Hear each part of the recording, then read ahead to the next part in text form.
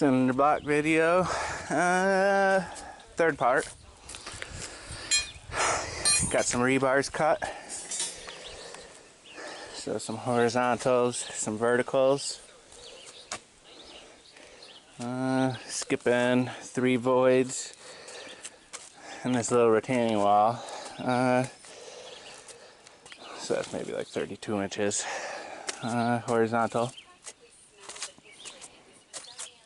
Skipping 2 voids in this one, so closer to 2 foot in between the horizontals. So I got all the rebar cut. Now I'm gonna start filling the voids over here, going across. So I still have some gravel before I put too much in here, too much gravel back here. Now I want to fill these voids. So starting by filling the voids in this, and then when I get to this wall, I'm going to put in the door frame, rough opening frame, and then fill these 2 voids. So I've given it a cleaning and a washing and a cleaning, you know, like a brooming to get the sediments out. This is some pressure treated 8-foot 2x8s. So I want to say rough opening for a door should be 83 inches, and I'm going to go 84 inches. I like having a little extra play. So, you know, like 84 inches. But then this will be sitting on a bottom plate, you know. So under here's another one that's going to be cut to like 48 and an eighth. Rough opening is like 48 1/4 or so. And then there are variations. So 48 and an eighth will end up being real snug in there, you know. So I got 3. I got, you know, top and bottom, cutting 1 in half gives me that 48 and an eighth. And then I got 3 more for the studs, 2 end studs, and then 1 kind of, you know, I guess a center stud, you know. So I want the rough opening 84. So I cut off, you know, it's at 82 and a half, you know, because with the bottom plate on there, it'll be 84. You know, I cut the bottom plate out of the door opening. So basically I'm going to be putting 3/4 of an inch of mortar or so, and then setting this kind of door thing in there. Got some bolts, masonry drill bit, impact driver. So I'm gonna, once I got this assembled, hammer tacker, and you tack some of this scrap black plastic around the outside of this. You know, it's pressure treated, so it'll hold up pretty good being directly on masonry. But just to be on the safe side, might as well give it plastic. You know, there's already some plastic down here, but there's just be 2 layers of plastic down there. So I'll be casing the outside of it with some black plastic, putting it in here, drilling through with the a regular drill bit. Pre-drill some holes through the wood, and then set it in place, you know, and then go through those pre-drilled wood holes with the masonry bit. And for right now, it's just going to be a box, you know, 2 sides, top and a bottom. Once I get the holes drilled, I'll put in the last stud. So it's going to be, the last stud will be like right over here. So 36-inch door, rough opening is 39 inches, you know, and it's 48, you know, or so.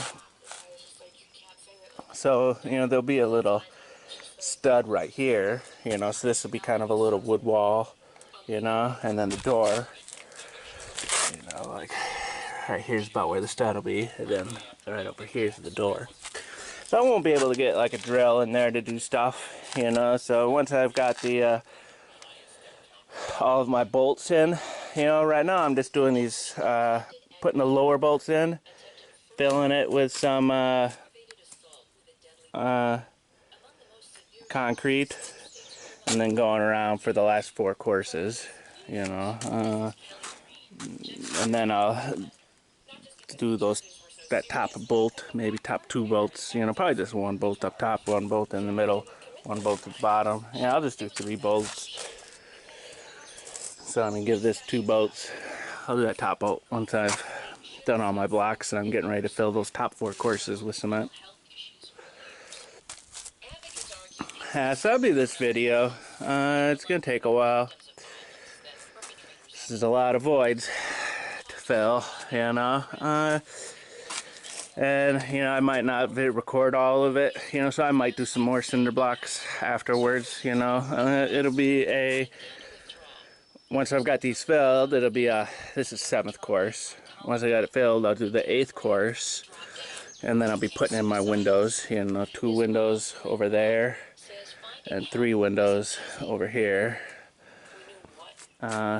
So kind of that 8th course will be the windowsills, you know. So maybe that'll be in this video or 2. I don't know. Is both an advice book with a lot of case studies in it, but it's also the story of Dr. Hibbs and her son and how he left college on a medical leave because of severe depression and also suicidal thoughts. So Dr. Hibbs, getting back to your son, who you call Jensen in the book, after he went home, leaving college on a medical leave, you were trying to encourage him, well, go to community college. You won't have to leave home. It won't be as stressful. And so you're driving him to his first day of community college, and he decides he doesn't want to get out of college. He doesn't want to go. It's just too stressful. You had a big decision to make on the spot about how to handle it. Tell us what you decided and why you decided to do that. I decided for the first time in my life to be a tough love mother. And it was counter to anything I had ever done. I had always based my parenting on best practices, best research practices, best like warmth and support with high expectations. Instead of, you must do this, I don't care how upset you are, take an Ativan to get yourself out of what was in a panic attack. I told him, you're just being retarded back and forth. And so it was a very rainy day. Stuff was going on. I was sitting in there and I scared myself out. I was very depressed, but my goals was to blend empathy and structure. Structure and just be at home, be out in the world again. And so it was with that idea that we needed a specific plan to get back to be in the world again, that I came up with the courage to just say, you need to try this. You don't have to take the class if you don't like it, but you have to try it. You will not know how it is unless you try it. And then at about half his size, I shoved his shoulder to get out of the car. And he did. And I felt this enormous, exhaustion. And then, as sometimes happened on those days, about 3 hours later, he came home, very chipper, going, oh, I really like the philosophy professor, and I'm going to do architecture. You were so afraid of suicide. At the same time, thinking about when you get to community college, saying, yes, you're taking some medication on your panic attack, you're going. Were you terrified at that moment that maybe you were doing the wrong thing? This was a change of course for you to say you know. I was terrified for over a year, but in moments of... Over in this country live on Capitol Hill. I'm Todd Rizal, Columbia Sportswear, and the harmonized tariff schedule. That's next time on Marketplace. Stick around for Marketplace. That comes on next, right here at 5:30.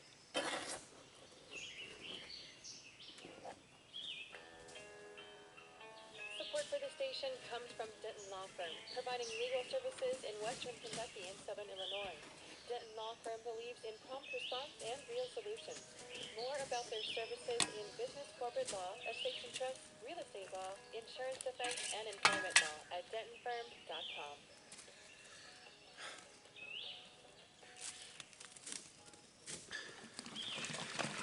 Support for NPR comes from this station. So I got Capital One, offering a 3 variety shovels of gravel. of features for a range of customers, from activities to traveling. Kind of like 4 shovels sand. Credit approval required. And Capital One Bank, USA, NA. 1.5 shovels cement. And marketing solutions for business, including color copies, booklets, and signage. Gave it a full gallon. Or Staples.com. But I want this And from the listeners, extra runny NPR station. to work its way into the From NPR News, this is All Things Considered. I'm Ari Shapiro. And I'm Artie Cornish. There were about 24 kind of like the spots, the voids in between the blocks. Congressman Seth Moulton did something last night that maybe never been done and carries some political risk. The more water you put His own mental health care. in He's a Marine combat concrete, vet. He announced his the campaign weaker it is. proposal, and he disclosed that he's When the water gets used up NPR's Quill Lawrence reports. in the curing process, it leaves a little void, you know, a little, you know, tiny pocket. So the more water, the more pockets. This is just filling the concrete blocks, so it's not critical. It's not very clear, but Moulton tells the story of a young Iraqi boy he saw as his platoon rushed toward Baghdad in 2003. The boy's parents had been killed in the crossfire between U.S. Marines and Saddam Hussein loyalists. Moulton says he wanted to stop and help the boy, but he decided it would have put the whole platoon in danger. He pressed on with his mission. Give it a little spritz. Thoughts of the boy Doesn't haunted suck up Moulton as much for years, he says, sometimes waking of the him up water, in the cold block. sweat. Only after he left the Marine Corps did he finally seek treatment for post-traumatic stress. And it helped. Now he says bad memories So I forgot to mention disrupt his life. These are memories they'll have till the day that I die, but they're memories why I'm hand mixing, and basically it's why not, you know.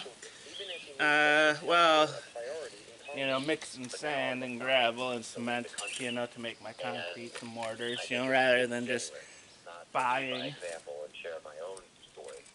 pre-mixed bags of concrete and mortar. A few other politicians have gone public about PTSD. Uh, Arizona Congressman Ruben Gallego said he dealt with The reason is, you know, I'm doing a lot of concrete and mortar. You know, it's not like I'm just doing a small little project. You know, this is a fair amount right here. is almost certainly the And it's a lot cheaper doing it this way. not the first to propose Uh, at the VA or at the so you got 3 parts sand, VA tens of thousands of vacancies 2 parts gravel, 1 part cement. said and no one has done. So you got a total of 6 parts. Healthcare, though, 1 of them is cement. his announcement will help with. Uh, and cement is expensive, but gravel and sand is cheap. So, like a yard is like 27 cubic feet. They should get help as well. Uh, Vet in the race, Pete Buttigieg served in Afghanistan and so Abbott served in Iraq. it's like Cited their military service and used that credential. a yard of sand Trump received 5 draft deferments for and a yard of gravel. I can't remember, I'd have to check my receipts. But roughly, let's just say in the 1980s $30 a yard. demanded action from the U.S. government.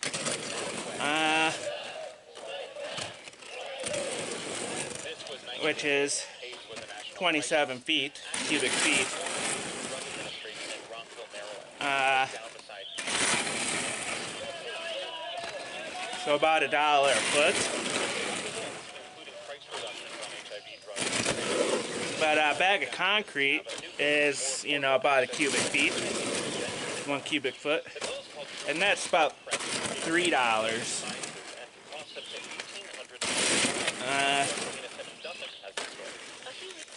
like a third of the cost to mix it like this, you know. I could get a concrete mixer. I thought about getting one, but it's like once I do all my constructions, you know, it'll just sit around. You know, I'm not the type of person to sell, you know, a tool, put up an ad and sell it. You know, that's too much of a hassle for me. So basically, you know, I don't want to store it. You know, storage space is a premium. You know, when you're you need room for your food, storing all your food, you know, and you need room to store all your animals' food, and then you need all your tools for kind of making that food and gathering that food. It's kind of like, and then you need to store all your wood for firewood. It's kind of like a concrete mixer is a big tool. It takes up a lot of room. So I was thinking about it, you know, but it's like, it's not worth it, you know. This little tub I could set on the wall, you know, and kind of do that. Kind of concrete mixer, you know. I'd have to like pour it into a wheelbarrow and then bucket it out of that wheelbarrow. You know, it's kind of like mixing this isn't all that hard, you know, and then I can just have it right where I want it. It's the only company making this drug in the U.S. right now. It's under patent for a limited time. Nice and shareholders watery. want to see profits. The pricing, as said in the United States, takes into account the innovation it brings, the cost of the healthcare, the ability to invest fast in research and development, and then ensure access. So this one, Gilead argues probably I broke even on. I didn't save money probably. The local gravel company had bad sand, so there was a whole load of sand, you know, just down the drain. And then the gravel company with the better good sand and gravel was farther away, so, you know, delivery fees were more expensive. So it's kind of, in theory, mixing it by hand is a third the cost. But in practice, you know, being out here in the middle of the woods, and, you know, wasting an entire load of sand, I probably just broke even. But then it's like, this is also more versatile. You know, it's kind of like if I got 10 bags of cement and 10 bags of mortar, and I need, end up needing only 8 bags of cement and 12 bags of mortar. It's kind of like, well, I need to go get another 2 things of mortar, and I just got these 2 things of cement or concrete sitting around. But this way I can make what I need, you know. Kind of I can make it weaker right here, or I can make it stronger right there, you know. It's kind of more versatile.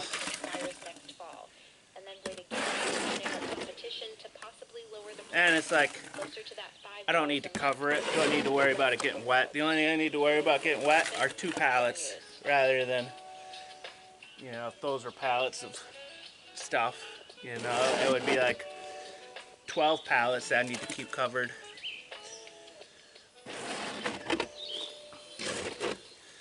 So, this is definitely my favorite way of doing it. Kind of, We appreciate the support of doing contributing listeners and Ashland and Calvert City. custom Ashland manufactures specialty chemicals for a custom variety mix. For WKMS, I'm Kelsey Blanco. I suppose Thank you so much for tuning in in the right future, here and listening to all things I might just wrapping up and get sand, right now. bags of sand, You know, the concrete company A woman who at 60 left sells her husband, bags of studied cement but only wore white. and bags of sand. At 7, it's a special remembrance So it's of kind of who like died 20 years ago today. Marketplace is supported by contributing listeners and the producer yeah, this of sand Wells Fargo Advisors. has Planning professionals proudly some serving kind of large aggregate in it, 1/4 inch, but you know, almost 3/8 some of them. So it does mess with laying your block sometimes. Marketplace is supported by Progressive Insurance, offering its Home Quote Explorer so shoppers can evaluate options in one place when buying. But bag sand, Custom it can quotes get are wet. available Doesn't online. matter, I don't need to cover it. We used to say this a lot around here, not so much lately for some reason, but if you want a good indicator of our economic future, bonds, people, bonds. From American Public Media, this is Marketplace. Oh, Marketplace is supported by C3.ai, addressing the world's most challenging problems at the convergence of artificial intelligence, IoT, and elastic cloud computing. Learn more at C3.ai. And by Figure, providing a streamlined digital platform for home equity loans. You can learn how to use the equity in your home for home improvement, major purchases, or debt consolidation at Figure.com. Figure is now available in 30 so the good thing about putting the aggregate at the bottom In Los Angeles, I'm Kai Rizal. It is Wednesday, today the 29th of May. Good as always to have you along, everybody. is the water Throw a phrase at you here as we get kind of permeates all of that gravel or all that sand. So it just kind of, you know, the whole pile of stuff just kind of slides around real easy. Rather than if it were the cement at the bottom, it would kind of stick. And the bigger the aggregate, the better it permeates like that. on, say, a 10-year bond are going to be higher than they're going to be on a 3-month. Point of putting the water on 1/2 is it's easier for me to push. You know, kind of I guess a rake and a shovel are good ways of mixing. Concrete rake Usually inclined among you, the normal yield or a curve shovel. slopes up and to the right. And I've done both. Inverted yield curve And a shovel's just easier to clean and about as easy to mix. are higher than So on I'm the using long the end. shovel. Lo and behold, that is where we find ourselves today. The curve of the 3-month and 10-year treasuries today is inverted. A lot, but it's definitely not normal. And it's worth noting because when the yield curve inverts, it can mean a recession just is in the offing. Pushing from the pile into the water. So I'm always just pushing like We have to be careful not to reach the too furthest much into an inch or inverted so. You know, that's a fixed income strategist at pretty easy movement to do. a little bit. It inverted a few times again over the last few days. And that's driven by a couple of things. One is that the Federal Reserve has raised short-term interest rates over the course of the last couple of years. So those have moved up. Meanwhile, long-term rates are moving in the opposite direction. The global And when you have all the water in at once, U.S. economy is it's a lot easier to mix. You know, mixing runny concrete is a lot easier than mixing dry concrete. So making it runny like this, it gets into the nooks and crevices, and it's just a lot easier to mix. I'm not burning myself out. Rates remain below short-term rates for a while, or if the gap between the two widens, there's no likelihood of a recession. Probably just a matter of time before I end up with a toad in my concrete. There's a lot of toads around here, and they like to back themselves into the soil to keep cool during the day. They kind of do these little burrows, and they really like burrowing into the sand pile because it's so easy for them to burrow into. And a few inches below the surface, it stays pretty cool. You know, right on the surface, it's 100 degrees. But a few inches below it, it's like 70 degrees. So the toads do that during the day. I haven't seen any toads swimming around in my concrete yet, but it's just a matter of time before I do a shovel full of sand and end up with a toad in it. So I guess that's the bad thing about mixing sand and gravel, mixing your own concretes and mortars from the ingredients, as you can end up with like pine. I get a lot of pine needles and leaves, but you may end up with a toad in there.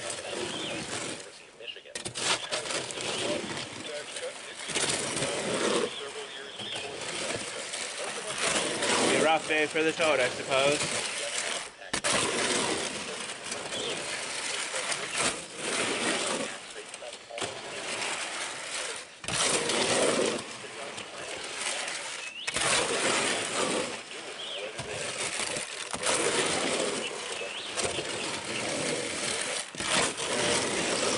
When I'm mixing, I'm just kind of scraping along the bottom and the sides. Going back and forth. So, the cement will get little lumps, little clumps, and kind of doing a thorough mixing helps break up those clumps. Like the bulk of it is all mixed together real good by now, but moving it around a little more will help break up the last of the clumps. And there's really nothing bad about a clump, but it makes the rest of it weaker. Oh. For example, President Trump's trade policy. He says the tariffs on goods being paid by American Apple cider jug for a scoop. equal to the 2017 legislation. I mean, coming up tomorrow on So concrete's stronger than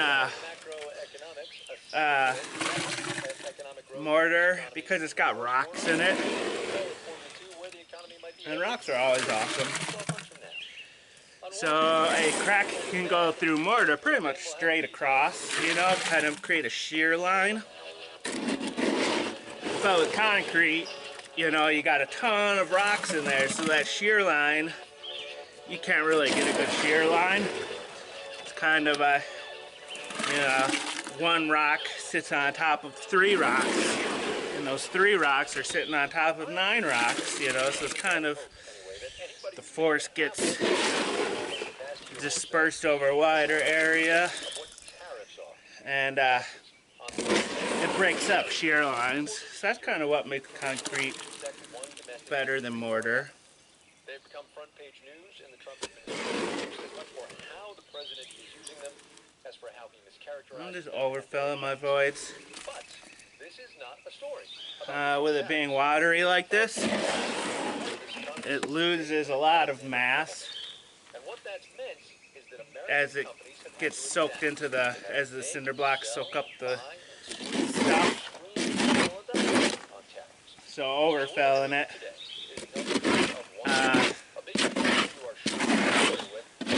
it has more stuff to take up that room,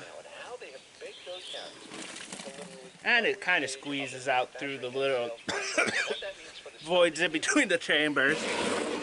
It's doing a good job of filling these, making it like 100% filled.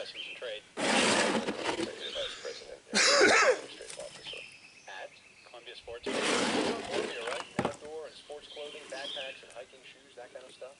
6,500 full-time employees, $1 billion a year in sales, global manufacturing as well. In Beaverton, Oregon, just outside Portland, which is where Jeff and Peter, across the conference room table from me in a kind of a nondescript suburban office park, really. Jeff and Peter are basically the tariff guys at Columbia. Or anyway. Yeah, I have a whole team of people that work with together with the. Okay, why? Well, Peter likes to tell that story. Okay, tell me the story. Well, pocket. For some reason, that resulted at some point out of Washington D.C. a reduction in duty. So it's a prime example of how the real designers of apparel and footwear in this country live on Capitol Hill. Hang on, I'm going to play that again because it's important and you need to get what he's saying. It's a prime example of how the real designers of apparel and footwear in this country live on Capitol Hill. Here's what that means. This nurse's pocket we're talking about, it's tiny. A 2, maybe a 3 or a 4 inch zipper sewn into the vertical seam on the side of an outdoorsy hiking shirt. If you were wearing it, the pocket would probably sit right about at your hip. And according to tariff rules that have been in effect since at least the 1980s, but probably earlier, women's upper body... I was talking to Jeff earlier about this idea of tariff engineering. Oh, yes, tariff engineering. Well, say more. Yeah. Well, it's something, a little saying I have sometimes, and this is particularly for the U.S. marketplace, is, designed by customs. Customs officials, right? Because there's this set of esoteric rules that we've learned. Sometimes we'll follow them in order to get a better value equation. If I say nurse's pocket to you, do you know better? That's one of those lower... At the pocket lets her add features that would be too expensive to produce if the shirt was taxed at 27% instead of 16%. Politicians and regulators Yes. making the rules, then Columbia figures out how to work with those rules to its advantage. Gets us Not particularly hard. try and make these details as they are. Mixing Otherwise, the tariff law, running concrete, but I'm not in particularly good shape, so which is what we did at the Columbia outlet It's, just down the road from headquarters. good exercise for me. Columbia Company employee store. You don't actually have to be an employee shop here, but you do need it. Yeah, so Russell Anderson, he's the head of corporate what do you call it? Hi, Russell Carver's down there. She's our GM for the store. I'll probably go through 45 bags of cement. Between the mortaring I've done and the concrete I've done and filling these voids, that'll probably be 45 bags. There's Columbia stuff, obviously. Also Mountain Hardware, Prana, Sorel, Uh, and the Columbia Sportswear arms. What do you call it? Over here, you'll see, we'll get into So rainwear. 45 outerwear. cubic feet. So I usually stop here. You'll notice this Uh, right here is probably one of my favorites. It's a raincoat. Yeah, well, it's a remarkably ultra lightweight raincoat. So 90 cubic feet of gravel, Sure. It's 27 employees feel like there's a benefit to working there. per yard. I'm wearing Prada. It's actually my favorite stuff, and I love Prada. Okay, all right. Who else? What are you wearing? Columbia. What are you wearing? What is that? 3 yards? You wearing Columbia? Well, never mind. I don't even need to know yards. Well, this is what's putting the food. 30 per yard. So 210 divided by 27. Down 19.7%, Yeah. 23. Canada Goose, maker of those expensive... So let's see.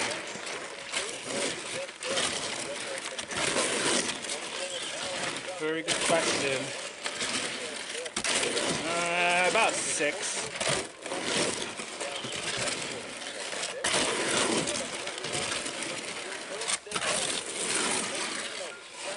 So that's 210 cubic feet. 6 yards, $30 a yard. 180 dollars per set of gravel. Cement $4 a foot. 45 times 4, $200 maybe. 200, 180, 380, so $400.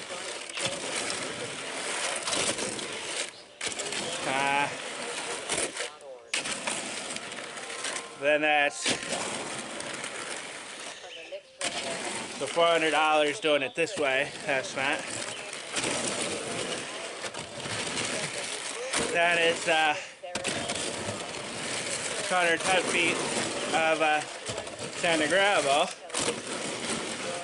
Say that's $3 a foot if I were buying bags of it. So 210 times 3, 630. 45 bags of cement, powered concrete, another 120, so about $700. So it's kind of like $400 versus $700 price difference. Good. and overheating math, you know, it's just kind of guesstimate. Is marketplace.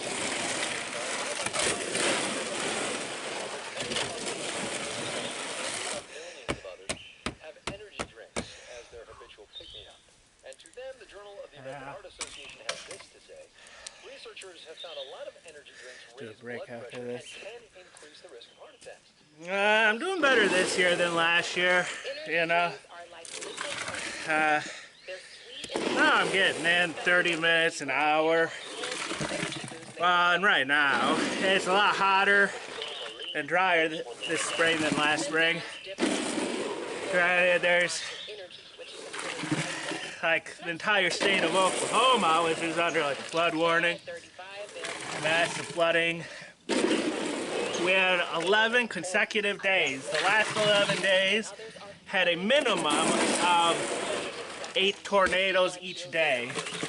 With one day, like a few days ago, yesterday, the day before, 52, 58 tornadoes that day. You know, so there is some crazy weather. And times weather. But worst thing about my spot is my lettuce, radishes, onions. They're all bolting because of the hot, dry weather. They think it's summer. But that's nothing compared to what's going on. Granted, I am going to be hit by a tornado. Not this year, but eventually. I would be surprised if I made it through my life here without ever having a tornado hit it. Break time. Lucidity. I had goals that I thought would help him relaunch. And I wasn't afraid that that morning, when he got inside the class, anything bad would happen. And I trusted that, as we told him before, if you're scared, call me, I'll come pick you up. Which he did a few times. He'd be at a train station late at night. I'm scared. I'm looking at the tracks. He'd come and pick him up. That was when the he had chronic suicidal ideation, which he hated. He did not want to kill himself. He told me repeatedly, I don't want to. I have no plan. I can't help these thoughts. They were very intrusive thoughts. Dr. Rothstein, does the medical profession have any explanation for this suicidal thinking when the person who is thinking this way doesn't really want to end their life? Yeah, so first of all, depression itself robs people of a sense of hopefulness. So in a way, I mean, we owe a lot to my mentor, Dr. Hans, that kind of identified hopelessness in and of itself really raises the risk of suicide. So regardless of sad, all of the interest in things, all of the, kind of classic signs of depression, when you begin to think this is never going to